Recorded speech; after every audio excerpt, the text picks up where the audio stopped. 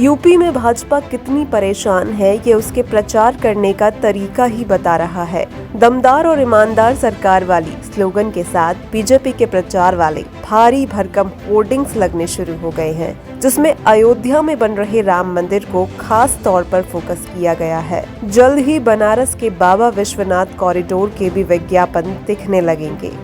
भाजपा इतनी हताश है कि वो सोच नहीं पा रही है हिंदुत्व पर चुनाव लड़े, विकास पर चुनाव लड़ें या फिर मथुरा पर चुनाव लड़ें। 2 महीने पहले बीजेपी को एक तरफा जीत दिलाने वाले राजनीतिक पंडित भी अब मुकाबला कांटे का बता रहे हैं।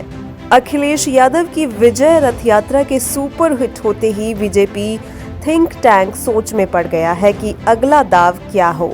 अखिलेश यादव ने अपनी विजय रथ यात्रा की सफलता ने यह साबित कर दिया है कि जमीन पर तो भगवा के आगे लाल टोपी भारी है। अखिलेश यादव की लोकप्रियता का अंदाजा इसी से लगाया जा सकता है कि उनकी रैलियों में जनता अखिलेश यादव के लिए आती है, बुलाई नहीं जाती, जबकि भाजपा और पीएम मोदी की रैलियों में भीड़ जुटाने के लिए सरकारी तंत्र का इस्तेमाल किया जा रहा है।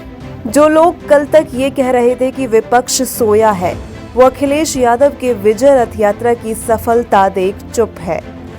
सपा प्रमुख ने जैसे ही अपनी रथ यात्रा शुरू की, भीड़ बढ़ती हुई नजर आई।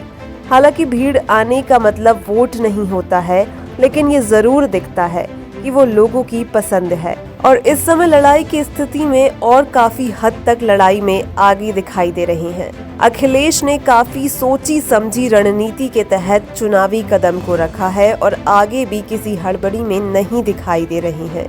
अखिलेश यादव की पॉलिटिकल स्ट्रैटेजी को देखें तो जातीय वोटरों के साधनों के लिए अपनी जाति में मजबूत पकड़ रखने वाले छोटे दलों को अपने साथ रखा है। वहीं पश्चिम में भाजपा विरोधी लहर को अपने पाले में लाने के लिए जयंत को साथ रखा है और जो सपा के कोर वोटरों को नुकसान पहुंचाते उनको भी साथ लिया है, जैसे कि चाचा शिवपाल। चाचा शिवपाल का सपा के साथ वैसा ही है जैसे भाजपा के साथ आरएसएस का चाचा की पकड़ जमीन पर ज्यादा है, जिसका फायदा समाजवादी पार्टी को जमीन पर होने वाला है।